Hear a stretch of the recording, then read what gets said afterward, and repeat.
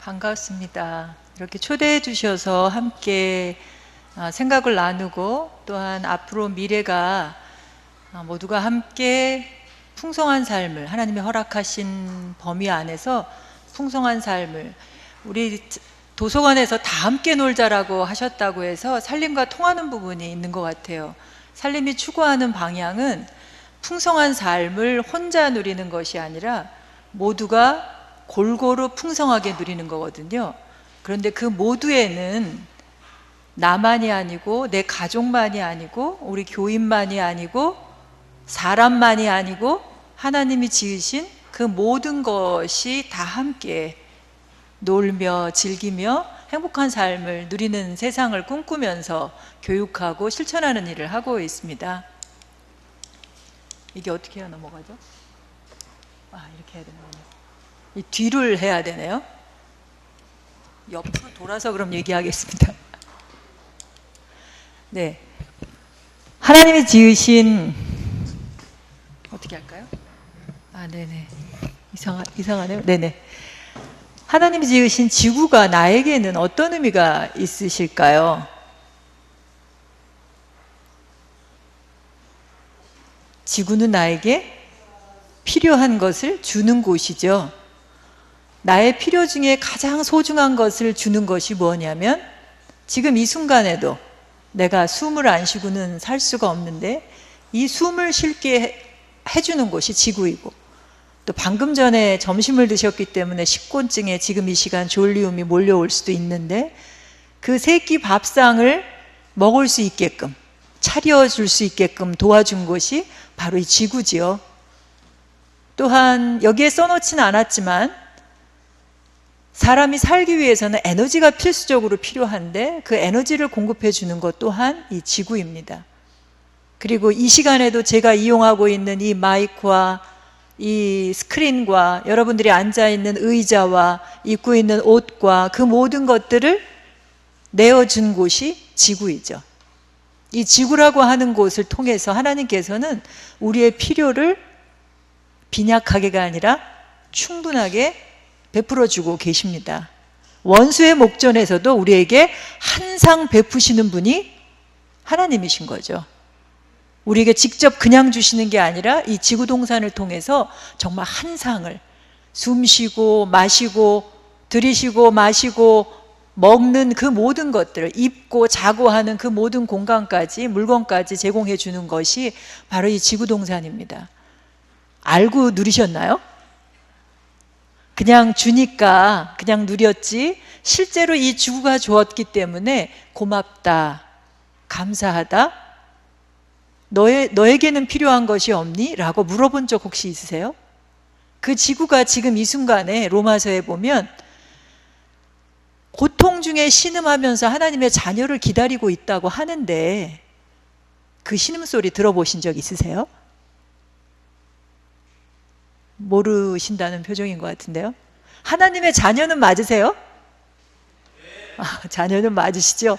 그렇다면 그 신음소리를 들어야 하는데 들었어야만 하는데 들은 적이 없다는 건 내가 하나님의 자녀인가 라고 하는 것에 대한 물음을 한 번쯤은 던져야 하는 거 아닌가라는 생각을 해보게 됩니다.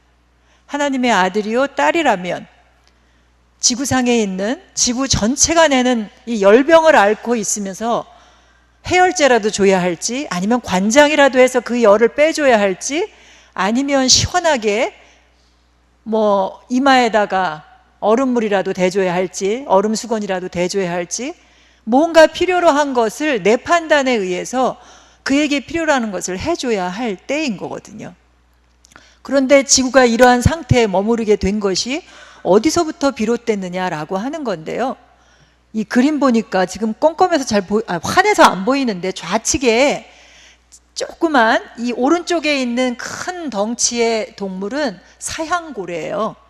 이 사향고래 이 한 팔 앞에 이 손가락 하나만큼의 크기로 있는 게 누구냐면 사람이에요. 이 사람 한 명이 쓰는 에너지가 이 사향고래, 이 덩치 큰 고래가 사용하는 에너지와 동일하다고 해서 비교해 놓은 것입니다.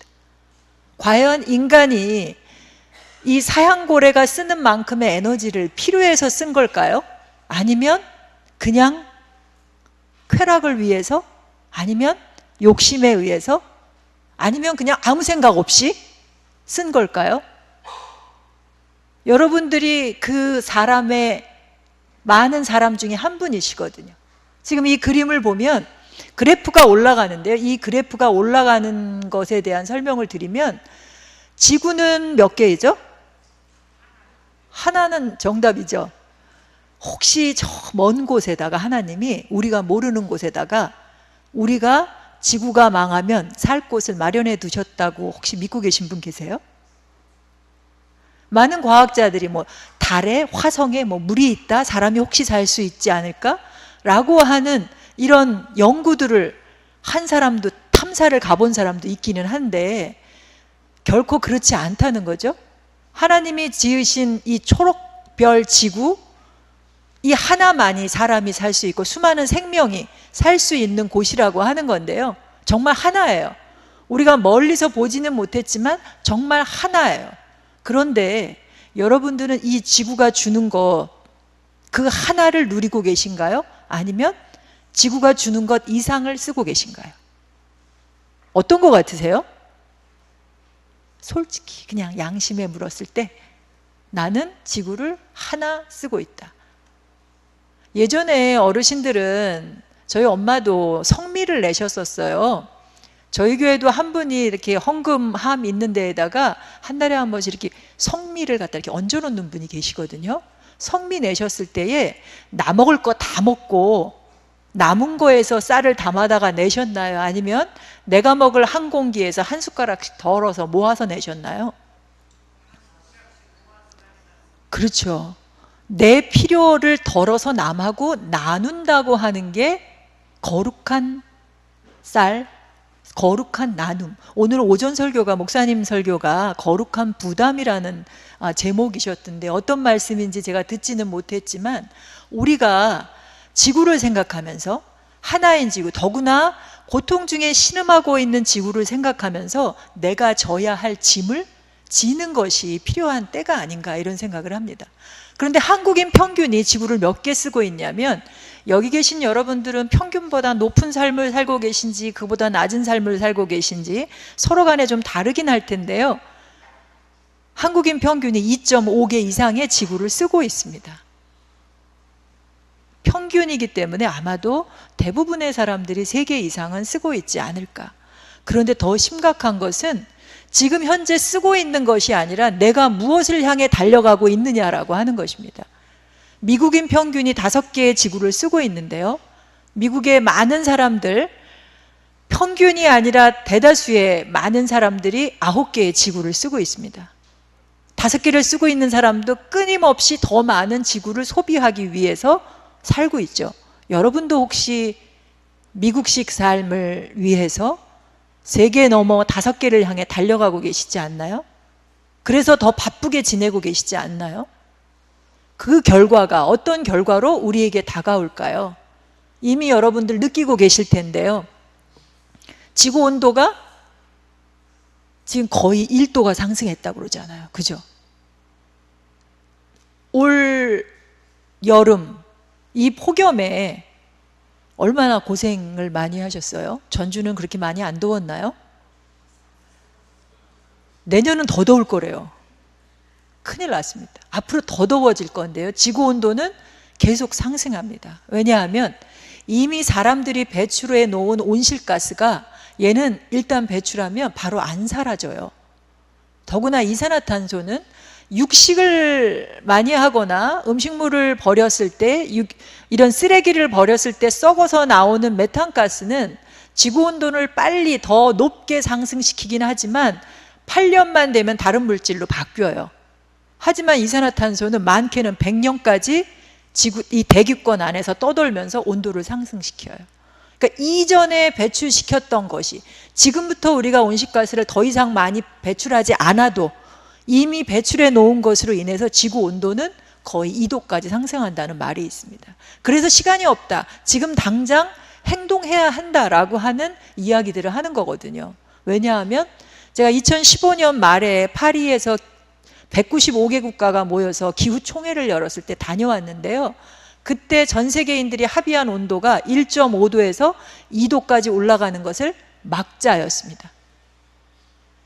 2도라고 하려다가 카톨릭의 프란치스코 교황이 정치력을 발휘해서 1.5도여야 된다라고 우기다시피 해가지고 1.5에서 2도를 명문화시켰어요. 왜 1.5도였냐면 2도로 가면 지금도 국토를 포기한 나라가 있습니다. 남태평양에. 나라는 있지만 국토가 없어요. 그래서 인근에 있는 뉴질랜드나 호주에 자국민들을 이주할 수 있도록 허락해달라고 호소했습니다. 하지만 호주는 자국민을 보호하기 위해서, 호주라고 하는 나라에 살고 있는 자국민을 보호하기 위해서 이주를 거부했고요. 뉴질랜드는 조건부로 받아들이기로 했습니다. 45세 미만, 저는 안 될 것 같아요. 거기 살고 있다면. 45세 미만의 영어에 능통하고 뉴질랜드에 직장이 있는 사람, 그것도 1년에 몇 명씩 제한을 두고 받겠다고 발표를 했습니다. 그들은 사실 온실가스를 통해서 지구 온도를 상승시키는데 투발루라고 하는 나라인데요, 별로 기여한 게 없어요. 지구 온도 상승에 영향을 미치지 않았다는 거거든요. 그 책임은, 그 역사적인 책임은 오히려 미국과 중국과 우리나라와 같은 곳에 있는데도 불구하고 그들이 그 짐을, 그 십자가를 지고 있다고 하는 것입니다. 그래서 1.5에서 2도를 정해놨는데 계속 온도는 상승해 갈 수밖에 없는 상태에 있다는 거예요. 아이고, 이렇게 막 튀어가네요. 온도가 상승하는 데 있어서 원인을 조금 살펴보기 위해서 제가 이 사진을 놨는데요. 무슨 사진 같으세요? 이게 LA예요, 미국에. 밤이거든요. 그런데 박지요. 여기가 지금 바깥이 환해서 자세히는 안 보이지만 그런 사진 보신 적 있을 거예요. 남과 북, 우리나라의 남과 북을 밤에 항공에서 촬영했을 때 북쪽은 깜깜한데 우리나라는 환하게 불이 켜 있죠. 여러분들 밤이 어둡도록 하고 계신가요? 환하게 불을 켜고 계신가요? 전주 동인교회도 이 동산 꼭대기에 십자가가 높이 올라가 있는데 십자가에 불이 들어오나요? 밤에? 불이 들어와요? 혹시 이게 LED 십자가인가요? 모르시죠? 우리가 어떤 에너지를 어떤 방식으로 쓰고 있는지 하는 부분들을 정확히 알아야 이웃에게, 고통받는 이웃에게 떳떳합니다. 우리가 쓰는 에너지원은 석탄 화력발전소에서 오는 것이거나 원자력발전소에서 오는 것인데 두 가지 다 문제가 있죠. 석탄 화력발전소에서 40%의 전기를 생산하는데, 에너지를 얻어 쓰는데, 원자력에서 에너지를 30% 얻어 쓰는데 둘 다 지구 온도를 상승시키거나 아니면 방사능 문제를 야기시키게 되죠. 더구나 문제는 거기서 오는 이런 문제를 일으키고 오는 전기이기 때문에 필요한 만큼만 쓰면 좋은데 사용량이 어마어마합니다.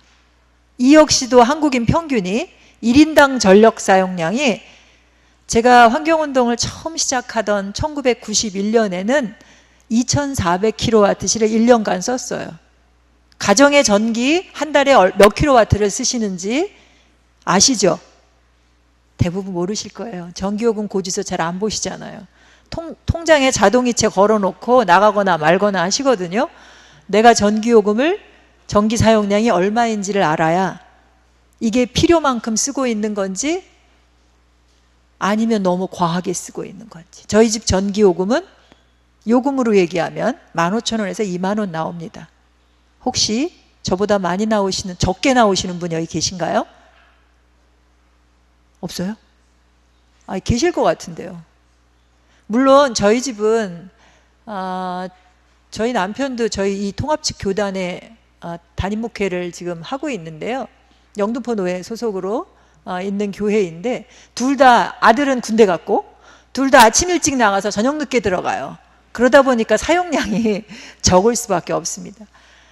어르신이나 어린 아이가 하루 종일 있기 때문에 에너지를 계속 써야 하는 사람은 사용량이 더 많을 수밖에 없죠. 획일적으로 15,000원씩만 써 라고 한다면 이건 공산주의죠. 서로가 다 필요량이 다릅니다. 하지만 똑같은 조건 속에서 사용하는 양이 어느 만큼이 적정한 거냐라고 하는 것에 대해서 훈련을 해야 된다는 말씀입니다. 이스라엘 백성이 40년간 광야 생활했잖아요. 광야 생활하는 동안 하나님이 그 필요를 훈련시키셨거든요. 뭘로 훈련시키셨냐면요, 종살이 할 때 실컷 배부르게 먹다가 광야에 나오니까 배고파서 불평했잖아요. 그랬을 때 허락하신 게 만나였어요. 만나가 하늘에서 그냥 내려오는데 그거조차도 너무 많이 가져가지 않도록 하셨죠. 얼만큼 가져가라고요? 하루 먹을 거. 다음날 남지 않게끔 가져가라고 하셨어요. 그게 훈련이시거든요. 그런데 많은 사람들이 자기 필요를 알아서 딱 그만큼만 가져갔나요? 다음날 남겨서 어떻게 됐죠? 썩어서 냄새를 풍겼더라 라고 나옵니다. 이 썩어서 냄새를 풍겼다고 할 때 이 냄새가 뭐냐면요, 이산화탄소가 아니고 메탄가스예요. 메탄가스가 바로 이산화탄소보다도 20배나 더 강력하게 지구온도를 상승시키는 온실가스입니다. 그러니까 여러분들이 오늘 이후로 교회에서, 가정에서 음식물을 남겨서 버린다고 하는 건 지구온도를 그만큼 상승시키는 일을 하고 있다는 거예요. 내가 필요한 만큼만 밥상에 올려서 깨끗이 먹으면 될 것을 밥상에 올렸다가 거룩한 음식을, 이건 쓰레기가 아니었습니다. 올릴 때는 분명히 생명을 살리는 거룩한 음식을 밥상에 올렸다가 입에 넣지 않고 버림으로 인해서 거룩한 밥이 금방 쓰레기가 되는 거예요. 어떻게 밥이 쓰레기로 그렇게 쉽게 둔갑을 할 수 있는지, 이거는 우리가 훈련을 덜 받았기 때문인 거거든요. 그러니까 에너지도 밥도 필요만큼 취하고 누리는 지혜가 우리에게 있어야 나만이 아니라 또 지금 이 세상에 와 있는 우리 사람들만이 아니라 우리의 후손들, 앞으로도 몇 세대가 이어질지 모르잖아요. 그 세대를 이어가면서 하나님의 허락하신 이 지구 동산을 누리게 하는 길이라고 하는 생각을 해보게 됩니다. 아이고, 하나 넘어가는데 석유 얘기인데 그냥 넘어갈게요. 지금 사람만이 아니라 북극곰들이 이렇게 고생을 하고 있어요. 북극에 있는 곰이 삐쩍 말라 있잖아요. 북극의 빙하, 남극의 빙산이 녹아서, 빙하 빙산이 녹아서 북극곰과 펭귄이 살 공간이 없어요. 먹이를 먹으려고 헤엄치다가 올라올 얼음덩어리가 사라지게 된 문제들이 있습니다. 더구나 북극에는 동토가 녹아서 무슨 문제가 생기냐면요, 흙이 얼어 있어요. 근데 흙이 얼으면서 그 안에 무엇을 품고 있냐면 아까 말씀드린 메탄가스를 땅에 품고 있습니다. 그런데 이 얼은 땅이 녹으면서 그 메탄가스가 녹으면서 고체가 아니라 기체로 변화하면서 지구 온도를 갑자기 상승시켜요. 그래서 전문가들은 얘기하기를 지구 온도가 2도가 넘어가기 시작하면 지구에게는 희망이 없다고 그래요. 왜냐하면 그런 동토의 메탄가스나 이런 것들이 갑자기 양이 많아져서 지구 온도가 4도, 6도까지 상승한다는 거예요. 가속도가 붙여서. 아까 온실가스가 이렇게 상승하는 그래프 보셨나요? 아니, 그건 지구였군요. 뒤에 있을 텐데, 그 올라가면서 나중에는 2도까지 간 다음에는 급상승을 한다는 거예요. 2100년 전에 6도까지 상승하게 되면 하나님이 지으신 수많은 생물 종의 90%가 멸종한다는 얘기가 있습니다. 그 멸종할 때 과연 인간은 끝까지 살아남아 있을 수 있을까? 다른 생명보다 우리가 더 오래 살아남을 수 있을까 하는 생각을 해봤을 때 지구 생태계 피라미드를 보면 인간이 맨 위에 최종 소비자로 있기 때문에 오히려 더 앞서서 사라질 수밖에 없는 그런 위기를 맞지 않을까라는 이야기들을 하고 있습니다. 앞서서 에너지와 먹을 것 얘기를 했는데요. 지금 이건 서울과 수도권에서 버리는 쓰레기들을 쌓고 있는 김포에 있는 수도권 매립지예요. 버리고 있는 쓰레기 양이 워낙 많아서 이제 쌓아둘, 매립할 땅이 없다고 하는 겁니다. 보통 버리는 쓰레기에 일부분만 이렇게 매립되고 또 일부분은 소각되고 또 일부분은 재활용이 되죠. 전주는 어디다 갖다 버리시죠? 전주도 매립장이 있죠? 소각하는 것도 있을 겁니다. 우리나라와 같이 이렇게 땅이 부족한 곳은 어느 나라, 다른 나라보다도 우리가 쓰레기 1인당 배출량이 많다고 사람들이 얘기를 많이 하는데, 그보다 중요한 거는 다른 나라보다 땅이 좁기 때문에 1인당 이 매립할 땅, 또 소각하면 소각하는 대로 다이옥신이라든가 독성물질이 나오는 부분들 때문에 위험한 요소들이 있다고 하는 이야기들이 많이 되어지고 있습니다. 더구나 요즘에 전 세계가 지금 골머리를 앓고 있는 것이 뭐냐면요, 이 문제인데요. 지금 위쪽에 있는 건 대륙이에요. 그러면 앞쪽에 있는 이 노란색 부분은 뭘까요? 저게 섬이거든요. 근데 저기는 한 줌 흙도 없는 섬이에요. 무슨 섬이냐면 플라스틱 섬입니다. 한반도보다 7배, 8배나 되는 플라스틱 섬이 몇 개가 북태평양에 이렇게 있어요. 해류를 타고 육지에서 버린 플라스틱이, 요즘에 TV에서도 이 플라스틱 문제에 대해서 영상들이 많이 나왔기 때문에 보셨을 텐데요. 해류를 타고 바다 한가운데로 가서 저렇게 섬들을 이루고 있다는 겁니다. 매년 800만 톤이 바다로 흘러들어요. 1분에 1톤 트럭 되는 쓰레기가, 플라스틱 쓰레기가 바다로 버려지고 있다는 겁니다. 사람이 바다로 버리지 않아도 육지에서 버린 것이 비가 오거나 강물을 타고 흘러들어서 바다로 가고 있다는 겁니다. 물고기는 나오지는 않았는데요. 이게 뭔지 아세요? 저쪽 영상은 아주 선명하게 나오는데 이쪽 영상은 흐릿흐릿해서 잘 안 보이실 것 같아요. 알바트로스라고 하는 새인데요. 수많은 새가 죽어간 것들을 보고 그 새를 이 시제를 해부해 봤어요. 그 뱃속에 아까와 같은 플라스틱 섬에 새가 앉았다가 움직이는 작은 플라스틱 알갱이들이 먹이인 줄 알고 먹었는데 그게 위에서 소화가 안 돼서 쌓여 있음으로 인해서 저렇게 죽어간다라고 하는 얘기입니다. 이 앞쪽에 있는 작은 새는 온갖 비닐을 뒤집어 쓰고, 온몸이 다 비닐을 뒤집어 쓰고 있으면 숨쉬기 힘들잖아요. 어찌어찌해서 부리로 구멍 하나 뚫고 불이 있는 부위만 내놓고 숨을 쉬고 있는 새입니다.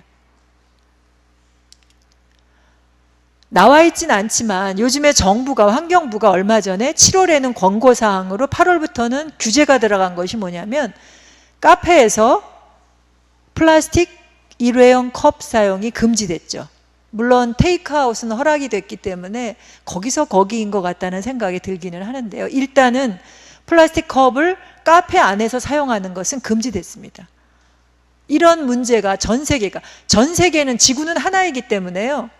저 중국에서 양식하면서 사용했던 부표가, 얼마 전 TV에 나온 거 보니까 부표가 하와이까지 간 영상들이 나왔습니다. 그게 우리나라에서도 지금 다 보여지고 있고요. 해안가에 모래가 아니라 이제는 플라스틱의 작은 안개기들이, 모래사장이 이제 모래사장이 아니라 플라스틱 사장이 되고 있는 현실을 보게 됩니다. 이렇게 된 이유가 우리가 사용하고 있는 플라스틱 때문인데요. 수많은 플라스틱들이 있지만 지금도 많은 부분, 제가 지금 들고 있는 이 빔을 돌리는 이것도 플라스틱이죠. 작년에 SBS가 일부의 시민들과 연예인들을 모아서 플라스틱 없이 살기 일주일 체험 프로그램을 해본 적이 있어요.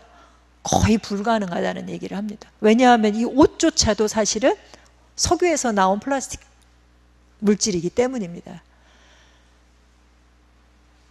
그 모든 플라스틱 없이 산다고 하는 것은 힘들기 때문에 지금 서울의 경우는 우선 도전한 것이 일회용 플라스틱이에요.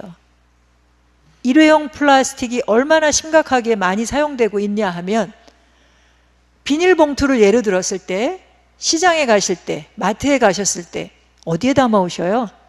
장바구니에 담아 오고 계신가요?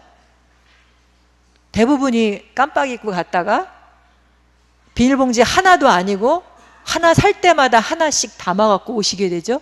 4개, 5개 들고 오시게 될 텐데요. 한국인 평균이 비닐봉지를 하루에 1.3개 정도 쓰고 있다는 겁니다. 금지시켜야 하는 거예요. 비닐봉지를. 그냥 겉에 쓰는 비닐봉지만이 아니라 마트 같은 데 가면요, 속비닐도 어마어마하게 많이 사용하고 있거든요. 그 많은 걸 다 뭐로 교체해야 할지 심각하게 고민해야 할 때인데요. 예전에는 저 어렸을 때 엄마가 종이봉투 막 이렇게 붙여서 하는 일도 하셨던 것 같아요. 종이봉투에. 물론 비닐봉투보다 종이봉투가 더 선한가라고 질문할 필요는 있어요. 왜냐하면 비닐봉투가 사람뿐만 아니라 여기 사진에는 제가 안 보여드렸습니다만 거북이의 허리를 어렸을 때 이 비닐봉지 내지는 플라스틱 이렇게 그 원 있는 거에 끼었다가 자라면서 이걸 빼지 못해서 허리가 잘룩한 거북이가 나타나거나, 우리가 마시는 빨대가 콧구멍으로 숨쉬다가 콧구멍으로 들어가서 숨을 쉴 수 없는 지경에 이르거나 하는 경우들이 많은데요. 근데 이 비닐봉투 역시 그렇게 하는 비닐봉투 말고 종이봉투 역시 우리에게 있어서는 문제를 야기시키잖아요. 예를 들면 열대림을 훼손시킨다고 하는 거죠. 종이가 그냥 떨어지는 종이들이 아니잖아요. 나무를 베어서 만드는 종이이기 때문에 그 종이 역시도 쓸 수 있는 것만, 꼭 필요할 때만 써야 한다는 거죠.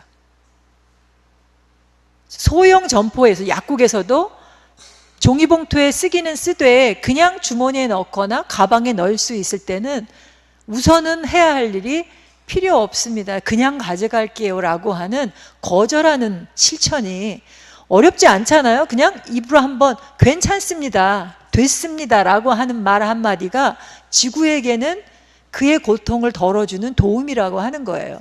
그냥 쉽게 할 수 있는 실천 중에 하나라고 하는 것입니다. 우산 비닐 같은 경우 교회에서 어떠시나요? 비 올 때 우산 갖고 오셔서 비닐컵 하나씩 끼워 갖고 예배당에 들어오시나요? 없으시나요?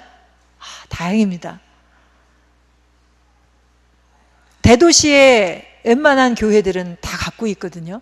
근데 서울은 관공서에서부터 지하철 공사에 이르기까지 우산 비닐 커버 없애기로 했습니다. 아직 교회들이 따라가지 못하고 있는데 속히 해야 할 일이고요.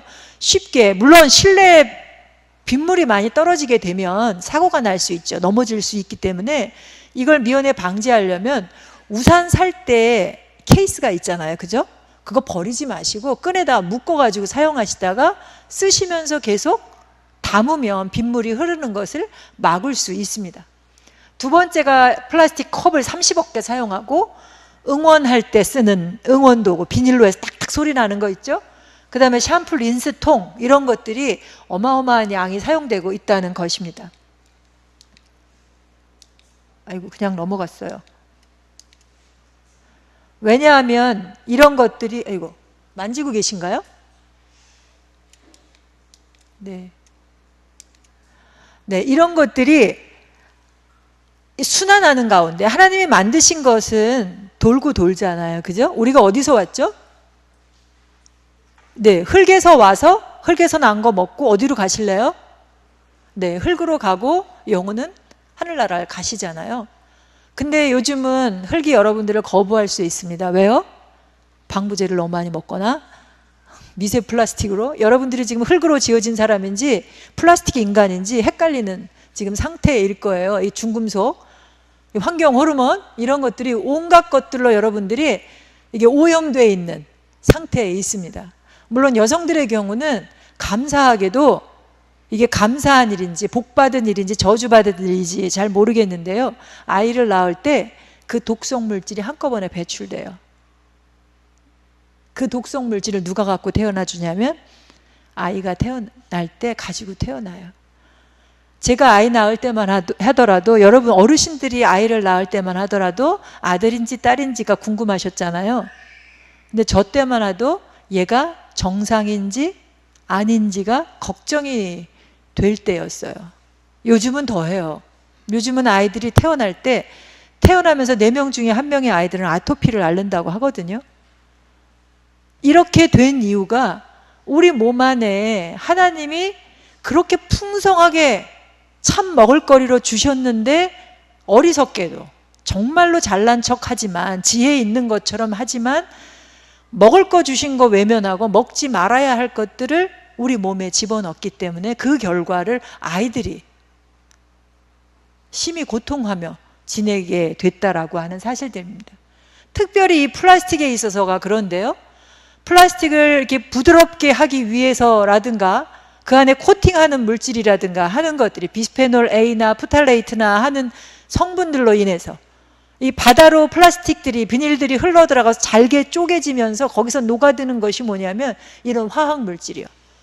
그냥 잘게 쪼개져서 위장 속으로 들어가는 것으로 그치는 게 아니라 그 비닐 플라스틱에 들어있는 화학 물질들이 녹아서 그 물질을 우리가 물로도 섭취한다라고 하는 겁니다. 우리 몸속에 들어가서 우리를 오염시킨다고 하는 거죠.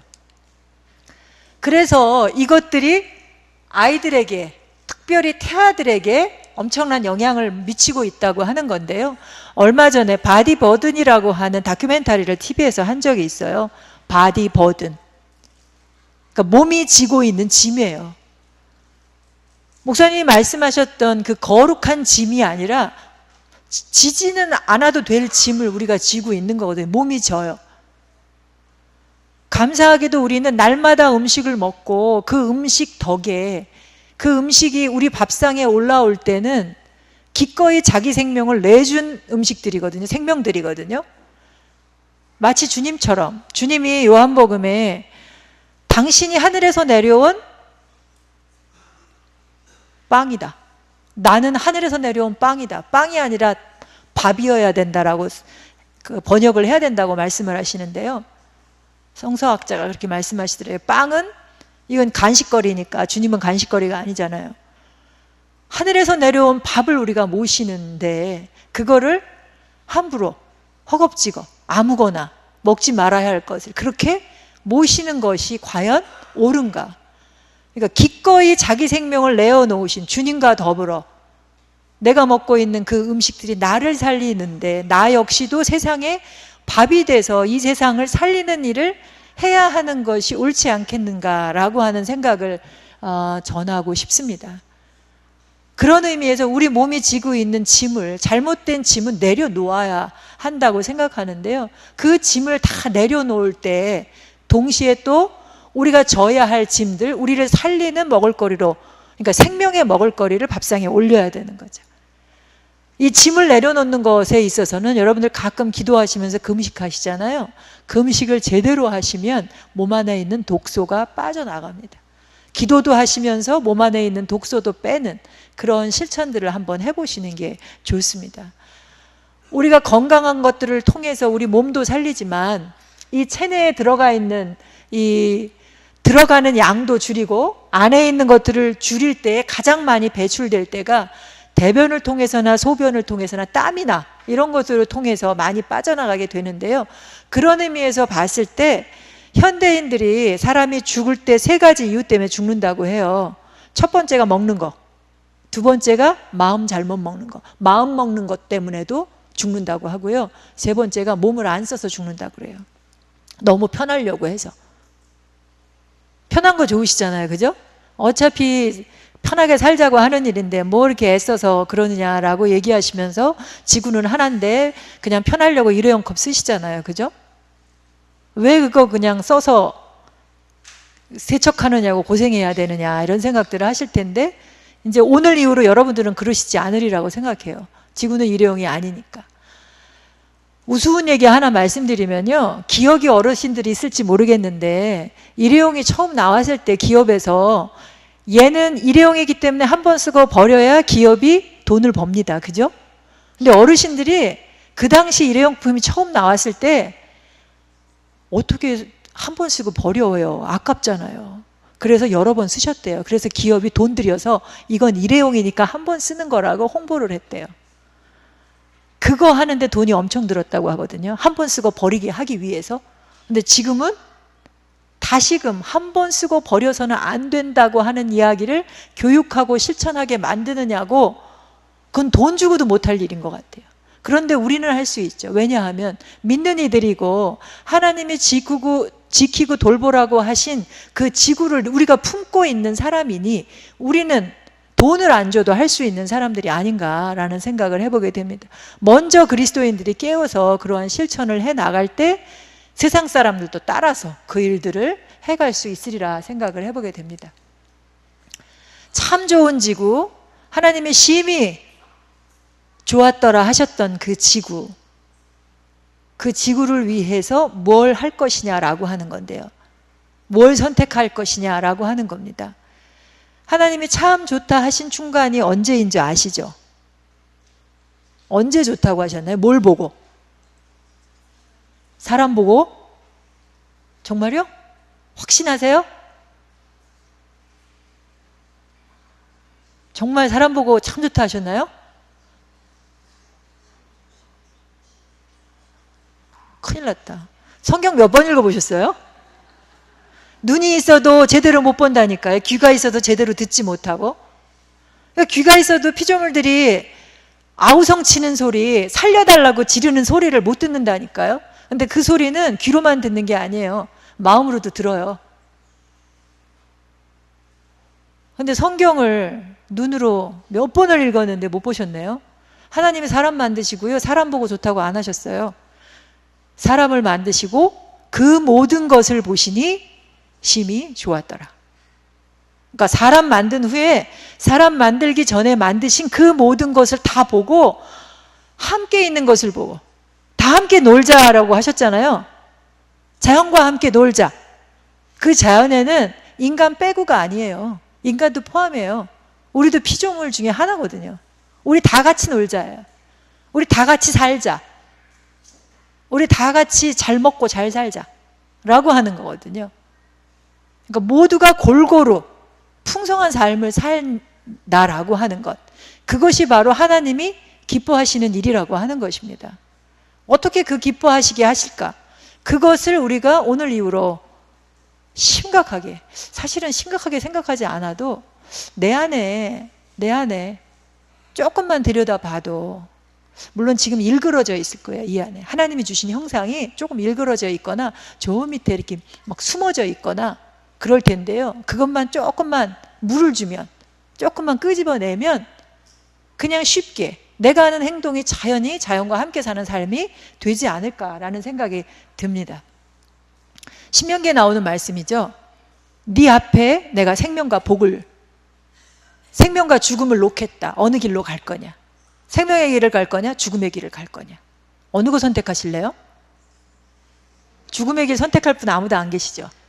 근데 실제로는 죽음의 길을 선택하고 가시고 계시는 분이 많다니까요. 여기 앞에, 저는 여기 텀블러 들고 왔는데요. 이 앞에 텀블러와 일회용 컵이 있어요. 뭐 선택하셔요? 진짜요?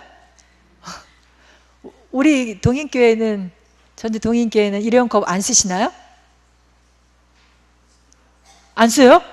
우와, 그러시군요. 혹시 주방에서 합성세제 쓰시나요? 펑펑 쓰고 계시는군요. 전주에 EM이 있죠? 지자체에서 안 나눠주시나요? 그러면 교회에서 좀 나눠주시면 좋을 것 같은데, 우리 교단의 김포의 아름다운 교회에서는요, 목사님이 EM 원액을 개발하셔서 그 EM을 나눠주십니다.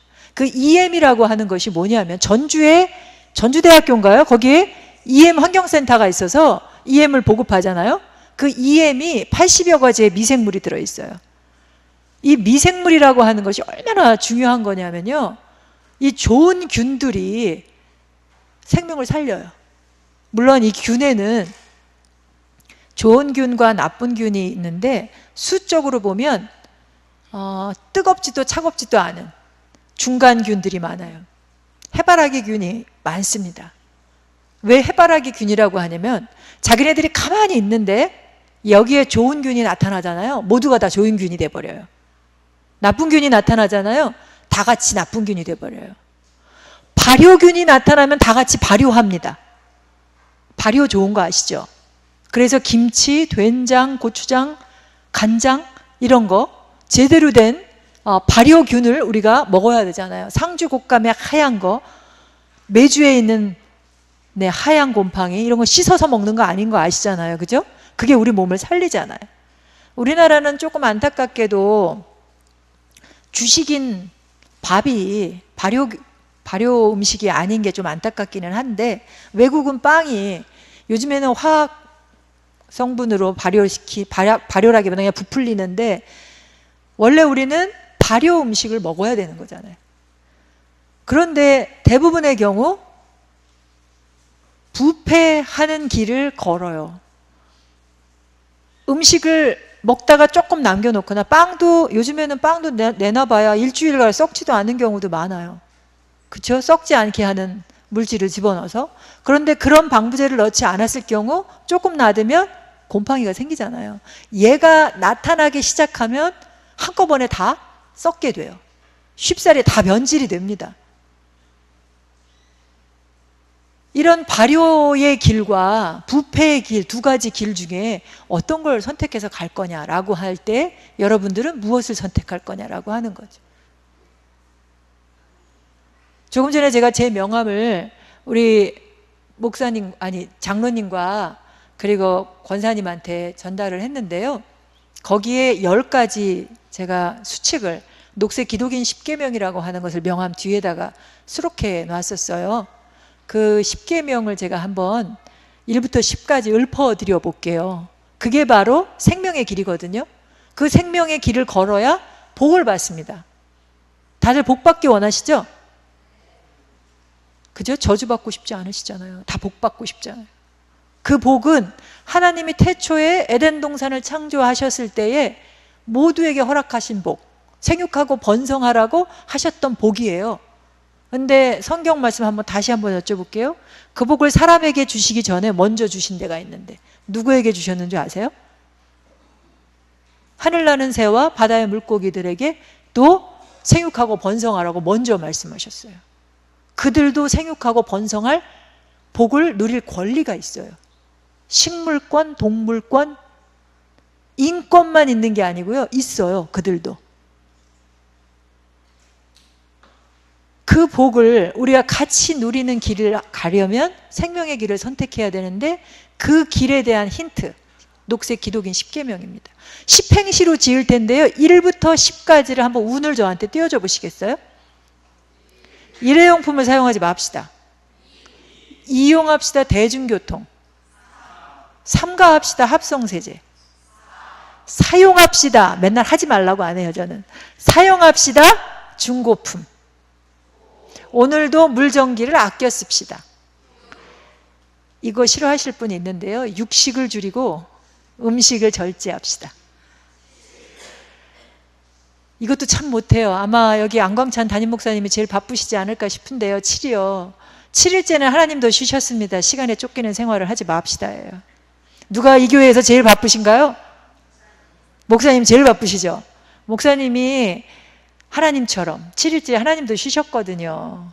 하나님 닮아, 주님 닮아 쉬실 수 있는 복을 누리실 수 있도록 하셔야, 내가 교인들이 해주셔야 돼요. 그래야 우리가 골고루 다 행복할 수 있거든요. 그 다음은요. 팔지 맙시다. 소비 광고의 한눈을. 이게 보면요, 우리는 넘어가요. 그죠? 동산에서 아담이 하와가 보면서 유혹에 넘어갔잖아요. 그죠? 이게 우리가 강건하면, 유혹을 이길 수 있는 힘이 있으면 괜찮은데 안 되니까 우리는 그냥 습관적으로 주기도문 외우지 마시고요. 마음을 다해 주기도문을 암송하셔야 돼요. 어느 부분을요? 네? 어느 부분? 일용할 양식. 일용할 양식은 아까, 일용할 양식은 그 일회용이라든가 이런 자기 필요를 찾기 위한 훈련을 할 때 일용할 양식을 주옵시고 일용할 양식을 주옵시고 해야 돼요. 옛날에 배고플 때는 하루 먹을 거 달라고 조르는 건데, 요즘에는요 일용할 배고픔을 주옵시고 해야 돼요. 조금 굶어봐야 그래야 또 건강해요. 그죠? 돈 주고 다이어트 하지 마시고, 우리가 이 거룩한 이런 부담을 하기 위해서 지구를 위한 부담, 후손들을 위한 부담, 자연을 위한 부담을 한다는 차원에서 일용할 배가품을 구하는데요. 팔지 맙시다. 소비 광고에 한눈을 하는 거 할 때는 일단 봤어. 막 이게 유혹에 넘어가려고 그래. 그럴 때 암송할 주기도문은 따로 있어요. 예, 시험에 들게 하지 마옵시고 해야죠. 그 주기도문이 생활에 밀착되어 있는 거예요. 시험에 들지 말게 하옵시고 하셔야죠.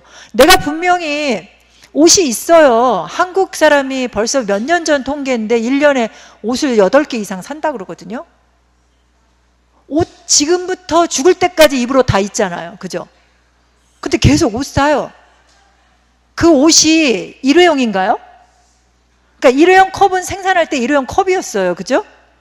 요즘에 비닐봉투 얘기가 나오는데요. 비닐봉투 대신 장바구니 씁시다라고 하는데 장바구니를 일회용처럼 쓰는 사람이 있어요. 그러면 훨씬 더 많은 에너지를 소비하고 쓰레기를 양산한다는 연구 결과가 나와 있습니다. 일회용이 아닌데 일회용으로 쓰면 문제가 더 심각하다라고 하는 얘기거든요. 살기 진짜 어려워요. 그죠?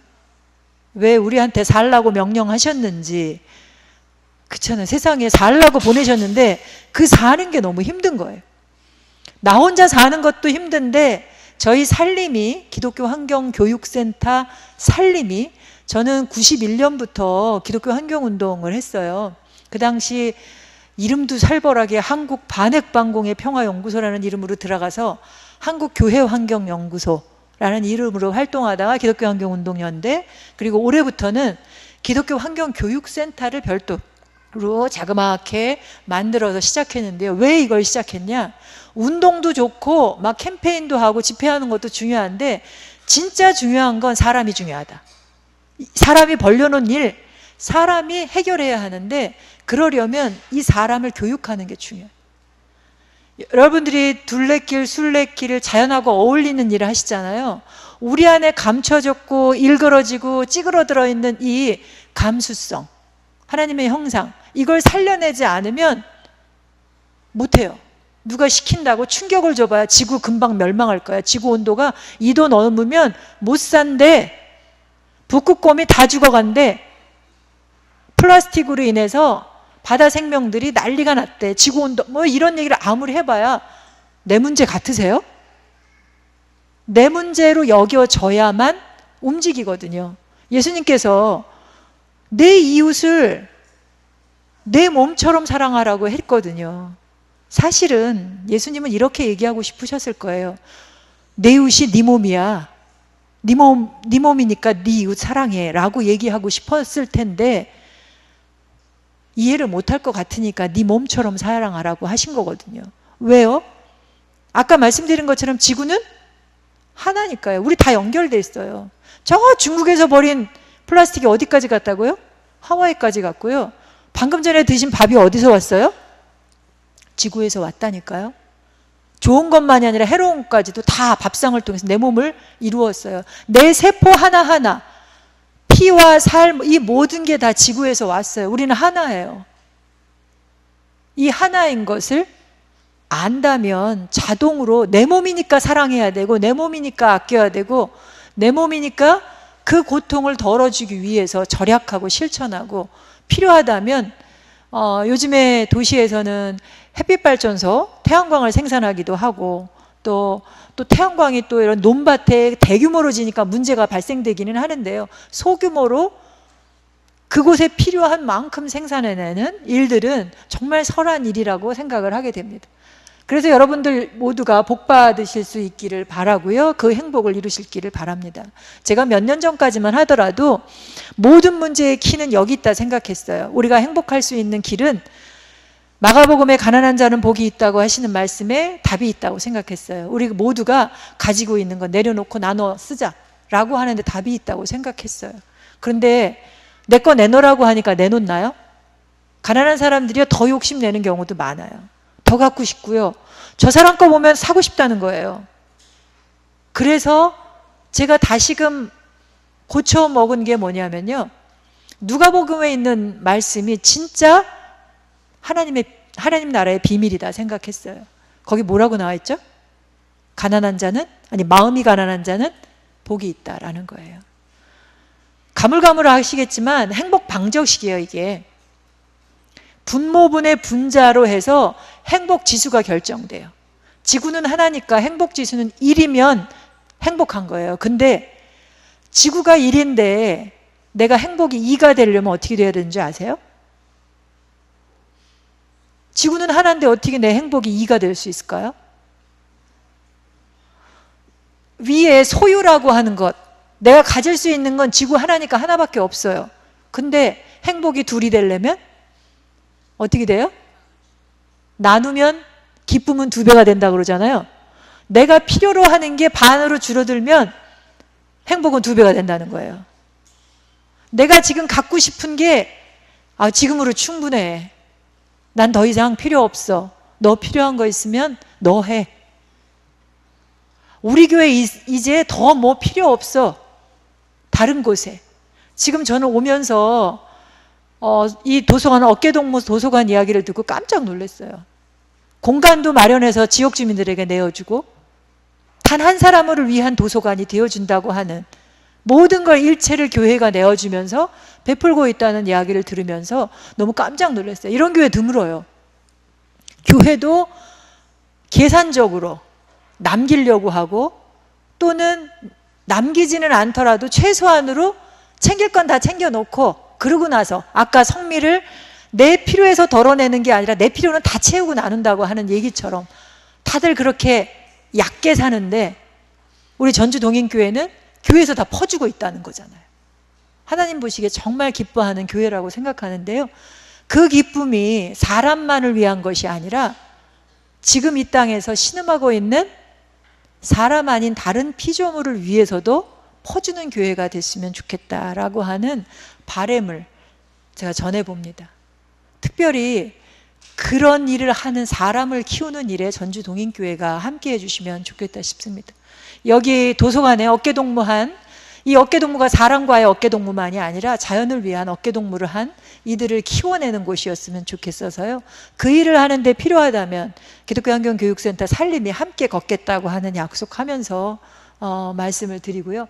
그래서 우리의 필요를 줄이는 것을 한번 해보자. 아까 말씀드린 것처럼 한국인 평균이 지구를 거의 3개 쓰는데 1개까지 낮추는데 애를 쓰자. 우리의 필요를 진짜 필요만큼으로 에너지도 먹는 것도 우리 물건도 다 줄일 수 있는 그런 훈련들을 하는 교회가 됐으면 좋겠다. 이거 계속 끝납니다. 아이고 끝났네. 뒤에 더 있는데 하여튼 그렇게 되고요. 교회들의 실천에 있어서 그런 노력들이 이어질 수 있기를 바랍니다. 이 플라스틱에 있어서 특별히 요즘에는 제가 전국을 플라스틱 문제 전화로 많이 다니고 있는데요.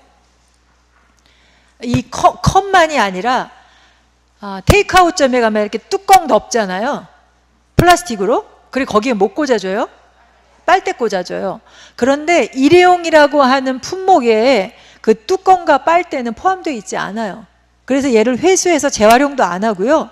규제도 안 해요.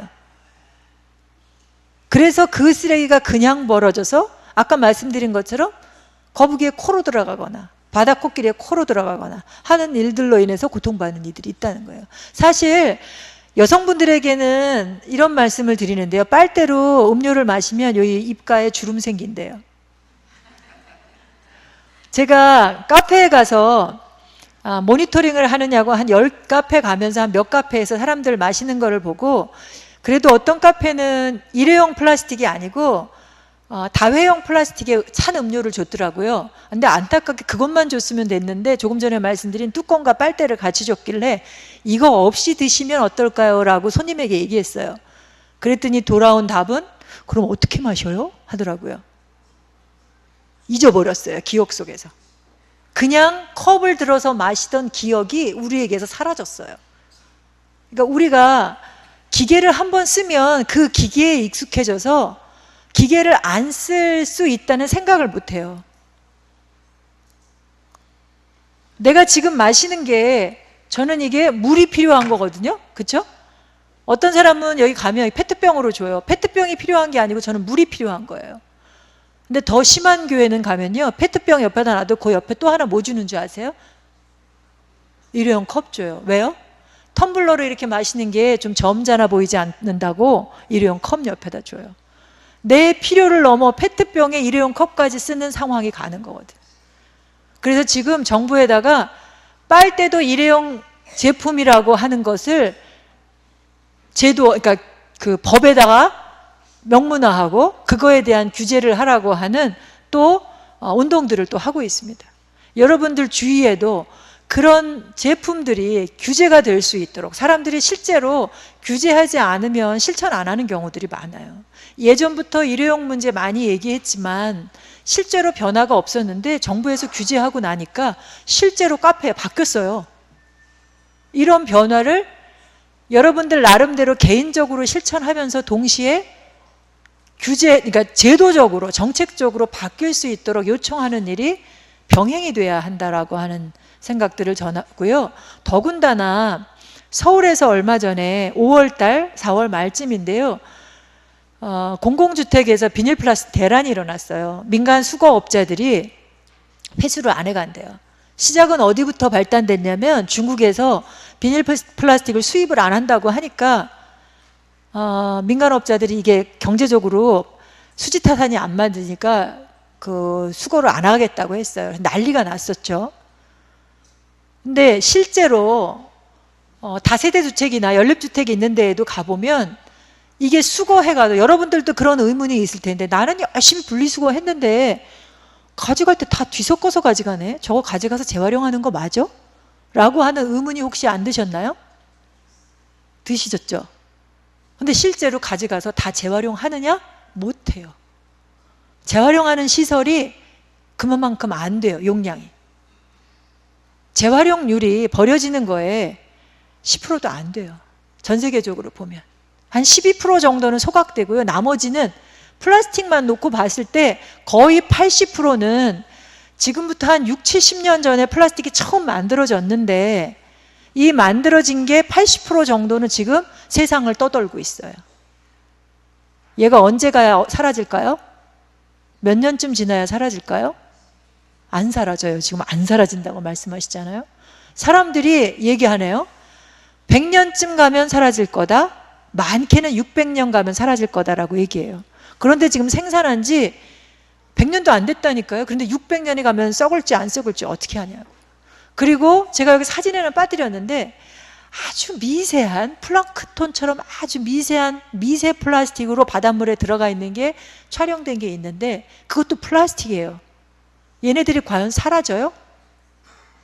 이게 온 지구 동산을 순환한다니까요. 언제까지요? 하나님이 심판하셔서 이 지구가 정말로 사라진 그때가 있다면 그때까지 영구히 아마 사라지지 않을걸요? 그런 걸 생각했을 때 과연 우리는 어떤 선택을 지금 해야 할까? 너무 우울하지 않으세요?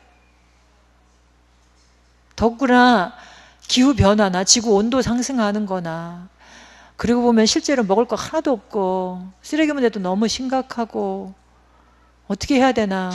내가 기껏 일회용품 하나 안 쓴다고 합성세제 하나 안 쓴다고 내가 육식 먹고 싶은데 참는다고 문제가 해결될까? 지금 그런 생각 하시는 분 있으시죠? 모르겠다. 그냥 나 때는 좀 누리다 가자. 자식 때는 잘 모르겠고 요즘 젊은 애들도 애도 안 낳겠다고 하는데 그냥 있을 때 누리다 가자라고 하는 마음이 혹시 드는 분 계신가요?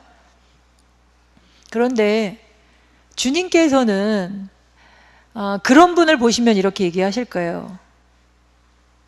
악한 종이라고. 만드시고 지키고 돌보라고 하셨고 이웃을 사랑하라고 내 몸처럼 사랑하시라고 하셨는데 그 명에 순종하지 않았기 때문에 악한 종이라고 하실 거거든요.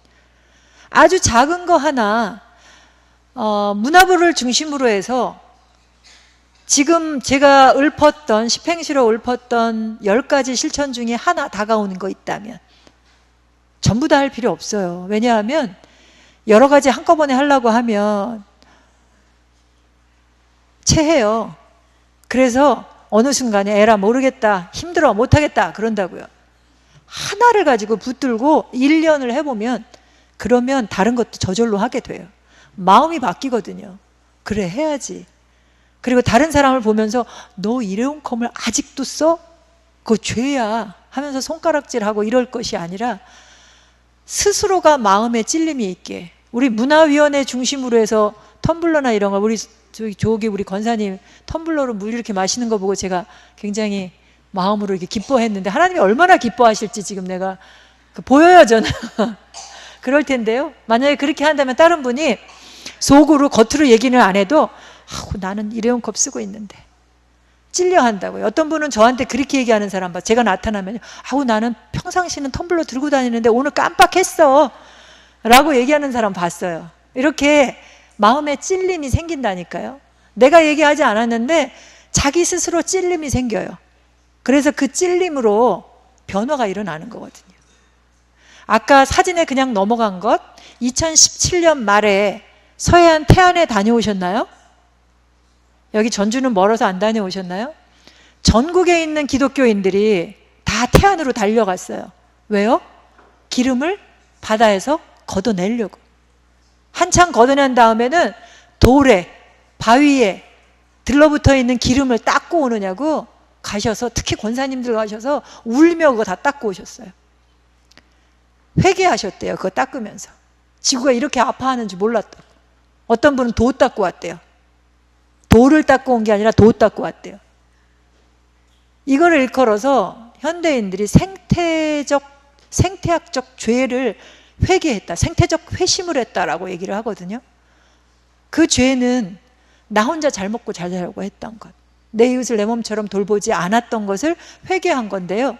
근데 답답한 게요, 그때 그렇게 회개한 사람이 많았는데 변화된 게 없어요. 아까 사진에 그 페르시아 쪽에 석유를 빼내는, 석유 이렇게 뽑아내는 거 있잖아요. 그 사진이 있었는데 그냥 넘어간 건데요. 요즘에 석유가, 이 채굴하는 게 경제적으로 수지 타산이 안 맞아서 더 이상 채굴을 안 한다 그러죠. 그래서 석유값 올라가고 그러잖아요. 근데 한때 제가 다큐멘터리를 통해서 봤는데 석유 파이프를 박은 거 말고 반대편에 또 다른 파이프가 박혀 있는 거를 봤어요.